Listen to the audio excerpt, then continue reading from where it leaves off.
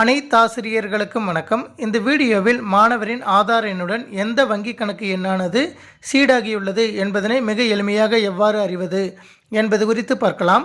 அதற்கு உங்களது மொபைலில் குரோம் ப்ரௌசர் ஓப்பன் பண்ணிக்கோங்க. ஓப்பன் பண்ணிவிட்டு சர்ச் பாக்ஸில் என்எஸ்பி போர்ட்டல் அப்படின்னு டைப் பண்ணுங்கள். உங்களுக்கு ஃபஸ்ட் லிங்க்கே நேஷ்னல் ஸ்காலர்ஷிப் போர்ட்டல் அப்படின்னு வந்திருக்கும். அந்த லிங்க்கை கிளிக் பண்ணிக்கோங்க. நீங்கள் கிளிக் பண்ணினதும் இது போல் அந்த போர்ட்டல் லோட் ஆகிட்டு வந்திருக்கும். அதில் மேலே 4 ஹரிசாண்டல் லைன்ஸ் கொடுத்துருப்பாங்க. அதை கிளிக் பண்ணுங்கள். கிளிக் பண்ணினதும் ஸ்டூடெண்ட் அப்படின்னு ஒரு ஹெட்டிங் வந்திருக்கும். அந்த ஹெட்டிங் பக்கத்தில் இருக்கக்கூடிய டவுன் ஏரோவை கிளிக் பண்ணுங்கள். நீங்கள் கிளிக் பண்ணினதும் செக் ஆதார் சீடிங் ஸ்டேட்டஸ் அப்படின்னு ஒரு ஆப்ஷன் வந்திருக்கும். அந்த ஆப்ஷனை கிளிக் பண்ணுங்கள். நீங்கள் கிளிக் பண்ணினதும் ஆதார் வெப்சைட்டில் பேங்க் சீடிங் ஸ்டேட்டஸ் பார்ப்பதற்கான எக்ஸ்டர்னல் லிங்க் போகிறதுக்கான பர்மிஷன் கேட்கும். ஓகே கொடுத்துக்கோங்க. நீங்கள் ஓகே கொடுத்ததும் இது போல் வெல்கம் டு மை ஆதார் அப்படின்ற பேஜ் ஓப்பன் ஆகிட்டு வந்திருக்கும். அதில் லாகின் அப்படிங்கிற பட்டனை ப்ரெஸ் பண்ணுங்கள். நீங்கள் கிளிக் பண்ணினதும் enter Aadhaar number enter captcha அப்படின்னு கேட்கும். என்டர் ஆதார் நம்பர் அப்படிங்கிற இடத்துல மாணவருடைய 12 இலக்க ஆதார் நம்பரை டைப் பண்ணிக்கோங்க. என்டர் கேப்சா அப்படிங்கிற இடத்துல அந்த பாக்ஸில் என்ன கேரக்டர்ஸ் கொடுத்துருக்காங்களோ அதை தவறில்லாமல் அப்படியே டைப் பண்ணிக்கோங்க. டைப் பண்ணினதுக்கப்புறம் லாகின் வித் ஓடிபி அப்படிங்கிற பட்டனை கிளிக் பண்ணுங்கள்.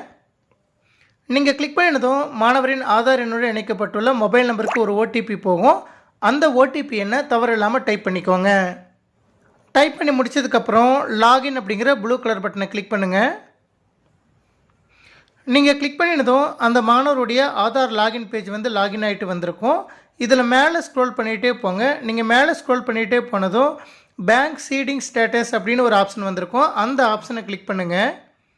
நீங்கள் கிளிக் பண்ணினதும் அந்த மாணவருடைய ஆதார் எண்ணுடன் வங்கி கணக்கு எண் லிங்காக இருந்ததுன்னா congratulations your Aadhaar bank mapping has been done அப்படின்னு அந்த மாணவருடைய ஆதார் எண் அதே போல் பேங்க் நேம் அப்படிங்கிற இடத்துல எந்த பேங்க் லிங்காக இருக்கோ அந்த பேங்க் நேமும் பேங்க் சீடிங் ஸ்டேட்டஸ் அப்படிங்கிற இடத்துல ஆக்டிவ் அப்படின்னு வந்திருக்கும்.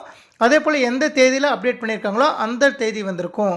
சப்போஸ் ஆதார் எண்ணுடன் பேங்க் அக்கௌண்ட் லிங்க் ஆகாமல் இருந்ததுன்னா பேங்க் சீடிங் ஸ்டேட்டஸ் அப்படிங்கிற இடத்துல இன்ஆக்டிவ் அப்படின்னு வந்திருக்கும்.